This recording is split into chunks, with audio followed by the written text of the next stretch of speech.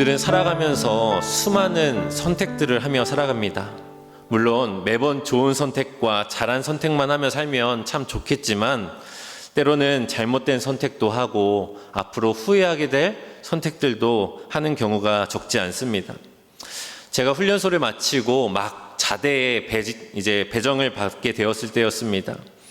이제 훈련소 마쳤으니 가득 찬 짐을 등에 메고 이제 안내를 받아서 이제 앞으로 2년 동안 생활하게 될 생활관에 이제 혼자 앉아 있었습니다.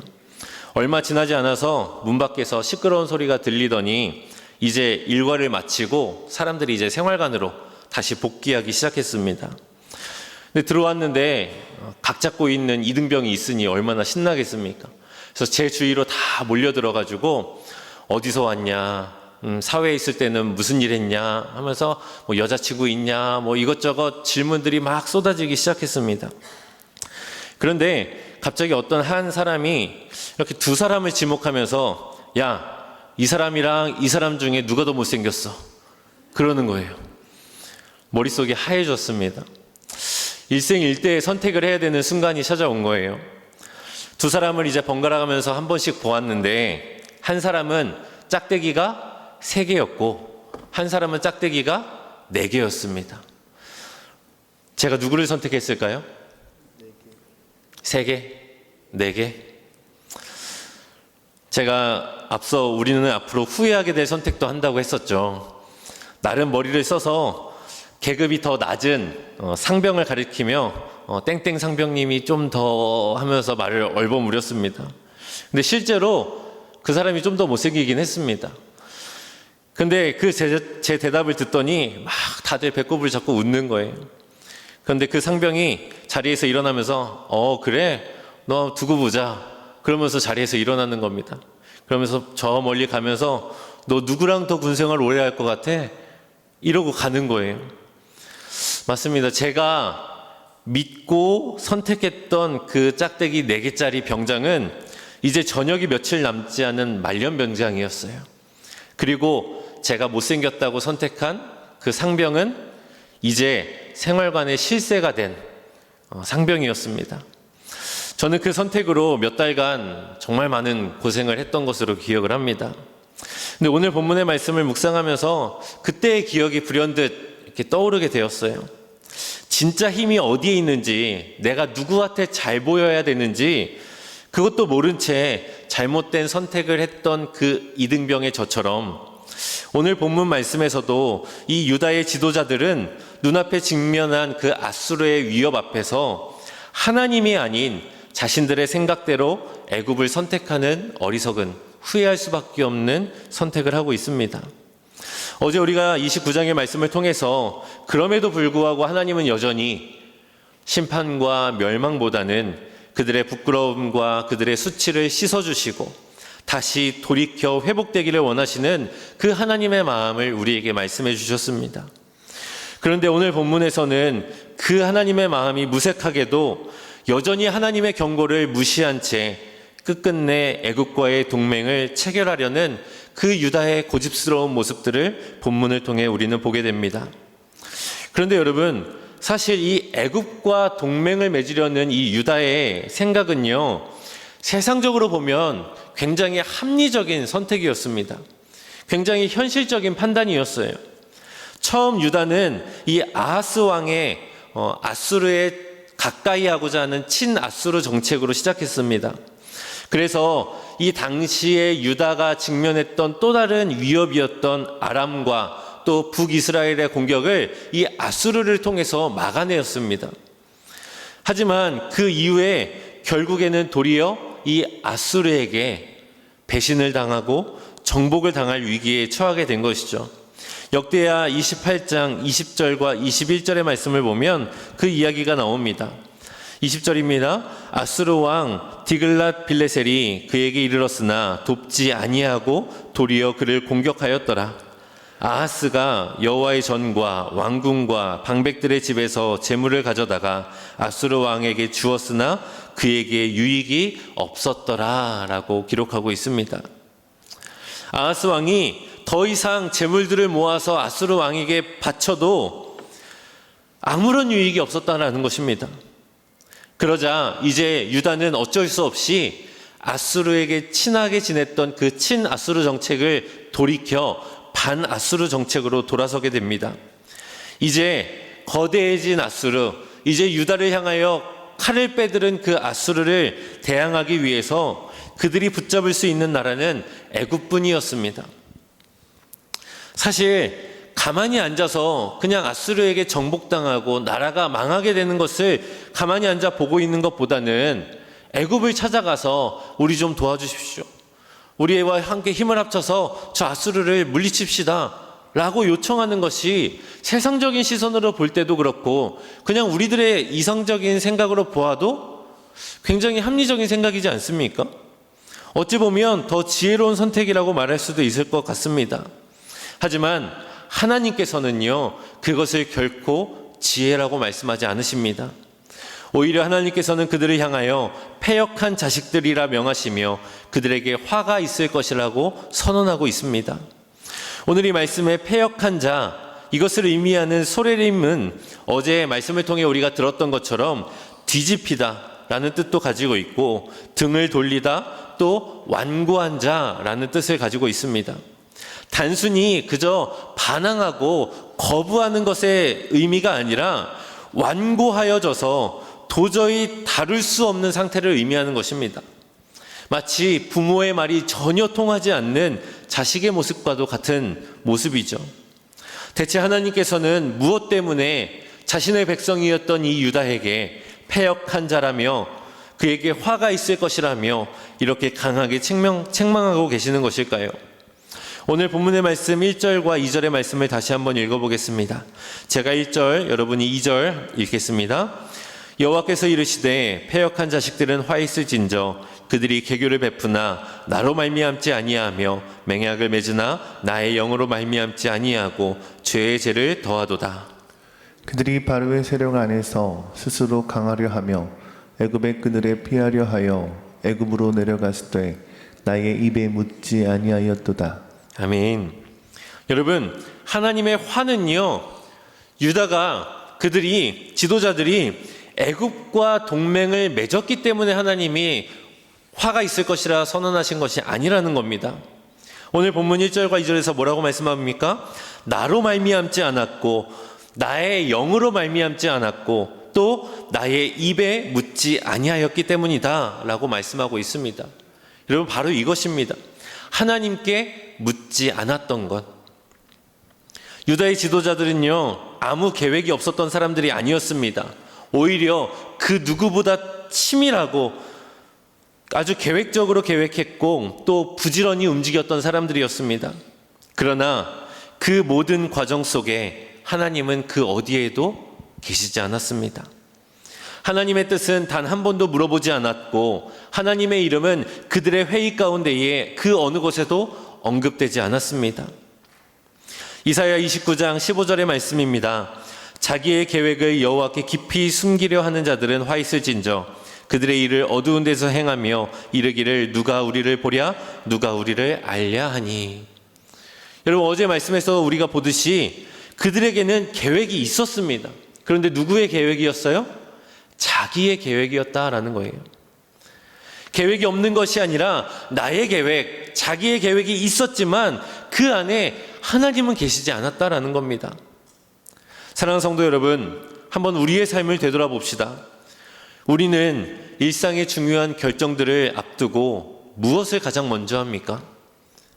내 인생에 감당할 수 없는 어려움들이, 커다란 위기가 내 삶 가운데 찾아왔을 때 우리는 무엇이 가장 먼저 생각나고 누가 먼저 가장 생각이 납니까? 이 일을 해결할 수 있거나 또는 나에게 도움을 줄 수 있는 사람, 그게 누군지 먼저 찾아보지 않습니까? 아니면 이리저리 인터넷도 찾아보고 신문도 찾아보고 사람들에게 물어가며 이 일들을 해결할 수 있는 방법들을 분주하게 찾아보고 있진 않습니까? 그래, 이 문제는 이 사람한테 물어봐야겠다. 이 사람이라면 이거에 대한 대답을 알고 있을 거야. 이 사람이라면 나한테 돈을 빌려줘서 내가 이 재정적인 문제를 해결할 수 있을 거야. 이러한 생각들이 먼저 들지 않습니까? 이처럼 우리들은 사람을 먼저 의지합니다.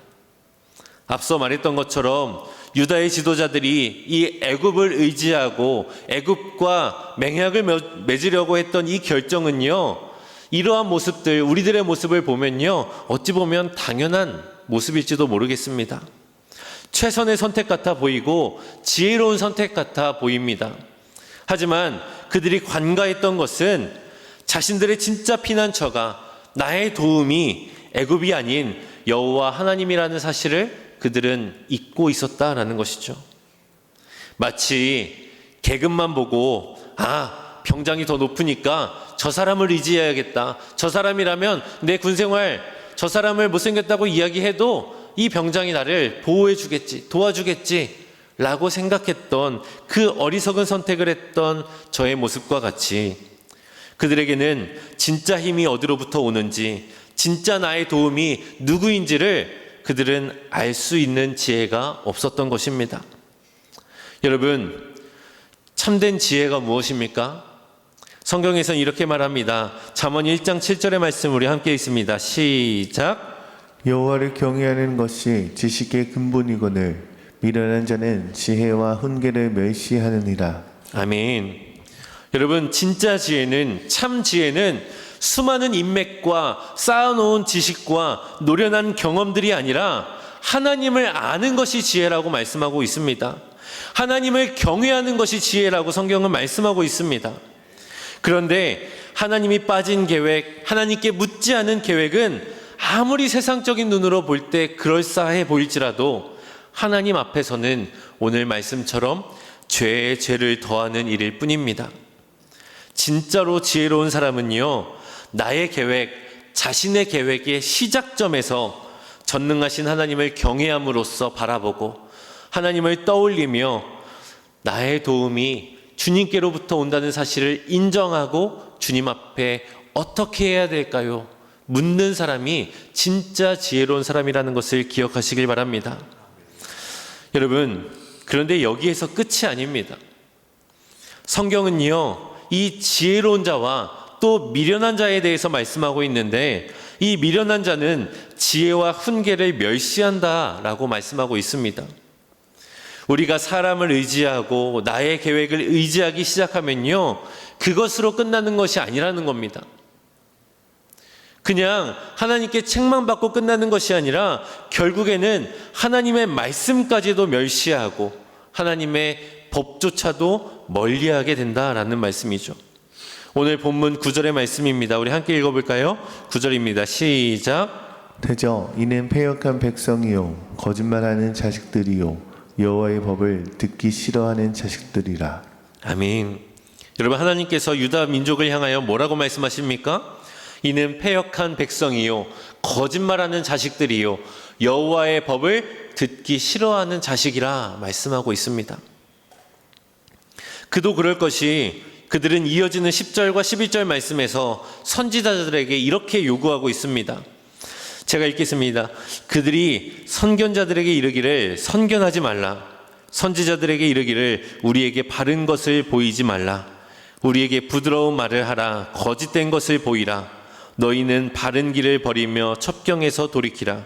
이스라엘의 거룩하신 이를 우리 앞에서 떠나시게 하라 하는도다.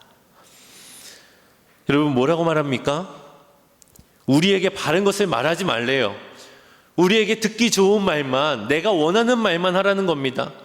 그들의 처음 계획에 하나님은 없었지만 하나님은 그럼에도 불구하고 끝까지 포기하지 않으시고 이 유다 민족들에게 선지자를 통해서 계속해서 말씀하셨습니다. 얘들아, 그거 아니야. 그건 내가 원하는 뜻이 아니야. 얘들아, 돌이켜라. 내가 너희의 부끄러움과 수치를 씻어줄 것이니 이제 거기서 멈춰라 라고 끝까지 말씀하고 계시는데 이 미련한 자들은 그 말씀 앞에서 뭐라고 말합니까? 너희는 바른 말을 하지 말라. 너희는 우리가 듣기 좋은 말만 하라. 너희는 거짓된 것을 보이고 심지어는 이스라엘의 거룩하신 이를 우리 앞에서 떠나시게 하라 라고 말씀하고 있다는 겁니다. 왜 그렇습니까? 이미 내 마음속에 답이 정해져 있기 때문에 그래요. 내 계획이 완고하기 때문에 그래요. 나는 애굽으로 갈 거야. 애굽으로 가면 나에게 도움을 줄 거야라는 그 자신의 계획과 생각들이 너무나도 굳건하기에 하나님의 말씀이 우리 앞에 있는데도 불구하고 듣지 않는 겁니다. 멸시하는 겁니다. 멀리하는 겁니다. 우리도 똑같죠. 이 문제는 이 사람이면 돼. 내가 이 사람 곁에만 있으면 돼. 이 사람만 붙들면 내가 이 문제 해결할 수 있어. 이 방법이면 이 어려움 극복할 수 있어. 라고 우리의 마음속에 이미 결론을 내어버리고 하나님의 말씀은 도리어 우리의 인생에 걸림돌이 될 때가 너무나도 많습니다. 하나님의 말씀이 내 계획을 지지해주면 좋아하고 내 생각을 꺾는 말씀이면 우리의 말씀에 불편합니다. 듣기 싫습니다. 멀리합니다. 귀를 닫아버립니다. 심지어는 오늘 말씀처럼 거룩하신 이를 우리 앞에서 떠나시게 하라 라고까지 말해버립니다. 안 그럴까요? 우리의 기도도 마찬가지입니다. 내 뜻과 내 계획과 내 바람대로 되게 해달라고 하나님께 기도하지 않습니까? 그런데 그 안에 하나님의 뜻을 묻는 기도가 있습니까? 하나님, 잘 되게 해주세요. 성공하게 해주세요. 이 문제 해결해 주세요. 이 어려움 극복하게 해주세요. 라고 요구하고 요청은 하지만 그 가운데에 하나님의 뜻대로 이루어지기를 원합니다. 하나님의 마음을 내가 알기 원합니다. 라는 기도가 얼마나 있습니까? 우리의 기도 안에. 저는 어제 목사님의 말씀을 들으면서 참 감사했어요. 무엇이 감사했냐면 저도 어렸을 때부터 하나님 앞에 기도할 때 친밀하게 기도하고 싶어서 아빠라고 부르면서 기도를 했었거든요. 오늘 우리도 이 새벽에 기도할 때에 한번 그렇게 기도해 봤으면 좋겠어요.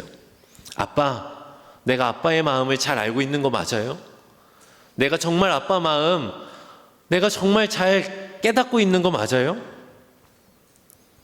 내가 기도하는 일들이, 내가 바라는 일들이 아빠도 원하시는 일들이 맞나요? 라고 묻는 저와 여러분들이 되기를 간절히 소망합니다.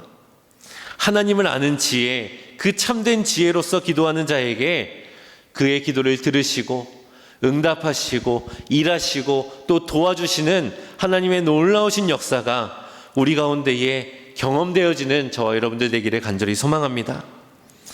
오늘 말씀의 제목이 사람을 의지한 역풍입니다. 유다는 애굽을 붙잡으면 안전할 것이라고 생각했지만, 그들을 의지하면 이 문제를 해결할 수 있을 것이라고 생각했지만, 하나님은 그들에게 정반대로 말씀하고 계세요.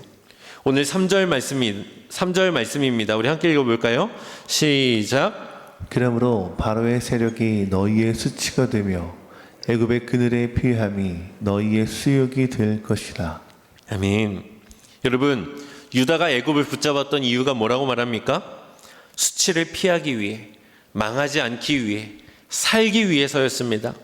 그런데 하나님은 오히려 네가 살려고 붙잡았던 그것이 너의 수치와 너의 수욕이 될 것이다 라고 반대로 말씀하고 계시는 겁니다.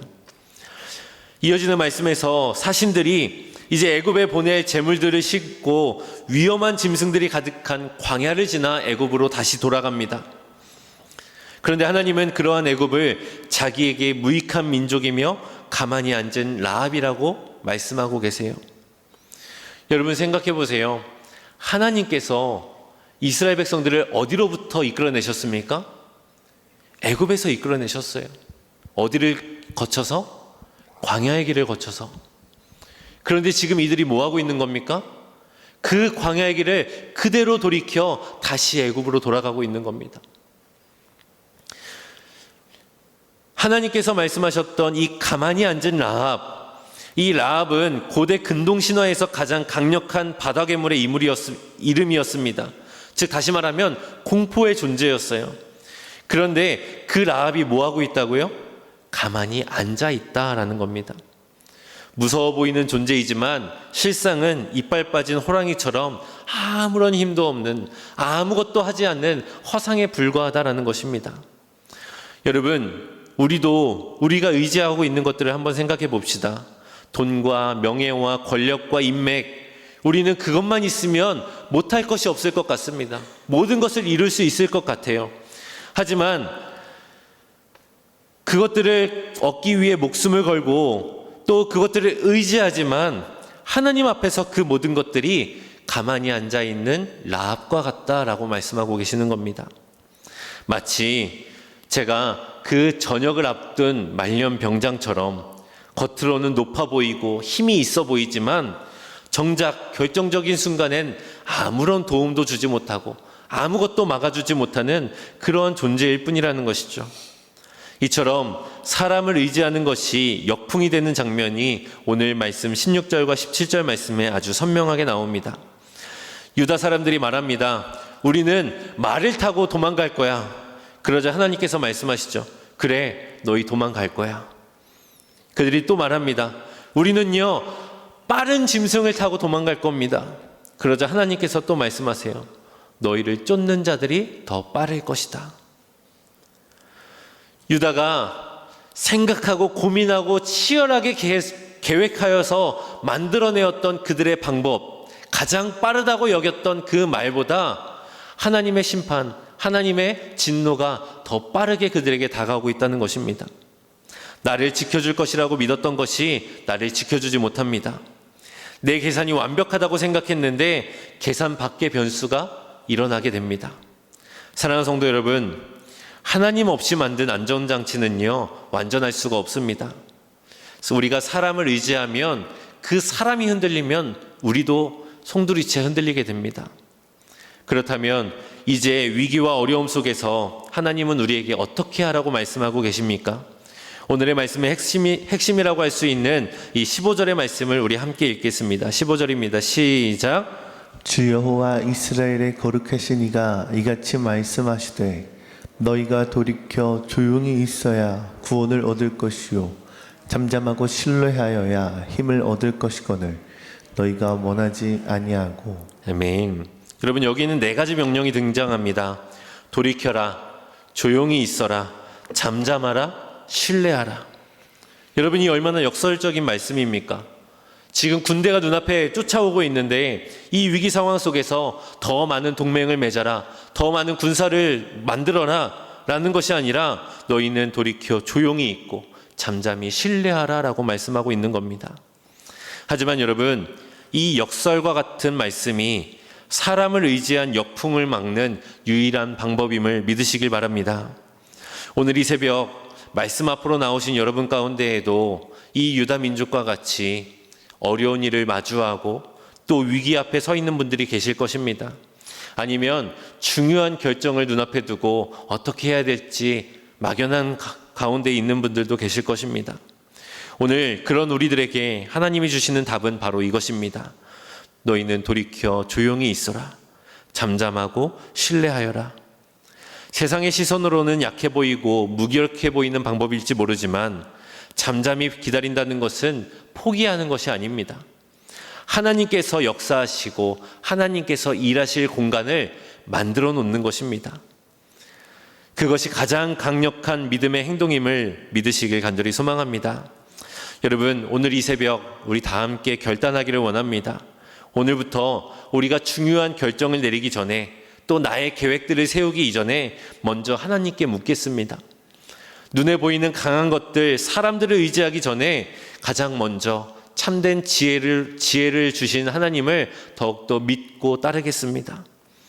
내가 요동하고 뛰어다니기 전에 먼저 하나님 앞에 잠잠히 신뢰하겠습니다. 우리가 그 믿음으로 결단할 때에 하나님께서 우리의 삶 가운데 찾아와 주시고 또 일하시고 역사하시는 놀라운 일들이 우리들 가운데 충만하게 넘칠 줄로 믿습니다. 그 믿음 가지고 오늘 하루를 살아가는 저와 여러분들 되시기를 주의 이름으로 간절히 축원합니다. 나의 영혼이 잠잠히 하나님만 바라며 나의 구원이 그에게서 나는 도다. 나의 영혼아 잠잠히 하나님만 바라라.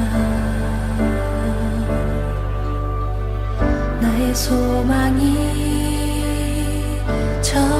내게서